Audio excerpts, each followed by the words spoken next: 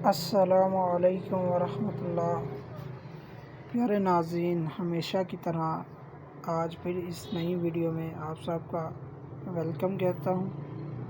پیارے ناظرین، آج ہم مضافاتی ایرانی نرم کھجور، کھویا کھجور اور چاکلیٹ کھجور کے بارے میں بات کریں گے۔ یہ ہے عام زبان میں اس کے کئی نام ہیں۔ اس کو نرم کھجور بھی بولا جاتا ہے، کھویا کھجور بھی بولا جاتا ہے۔ یہ انتہائی حساس نرم ہوتی ہے، یہ دیکھیں، اس کو ہاتھ سے ہی مسلا جا سکتا ہے۔ یہ زیادہ ملک شیک کے لیے استعمال ہوتی ہے، اور یہ بچوں اور جن کے دانت نہیں ہوتے، بزرگوں کے لیے بہت زیادہ مفید ثابت ہوتی ہے۔ یہ بھی دل کو طاقت دیتی ہے۔ اس کے بھی کئی اور بھی فوائد ہیں۔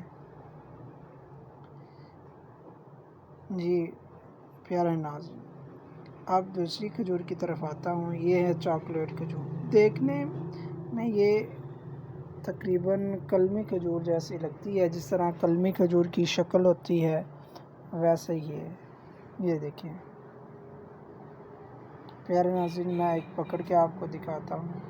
یہ دیکھیں، ماشاءاللہ یہ تھوڑی لمبی ہوتی ہے، اتنی موٹی زیادہ نہیں ہوتی۔ یہ بھی کافی اچھی اس کا ذائقہ ہوتا ہے۔ یہ ڈبل ہے، اس کو چاکلیٹ کھجور بولا جاتا ہے۔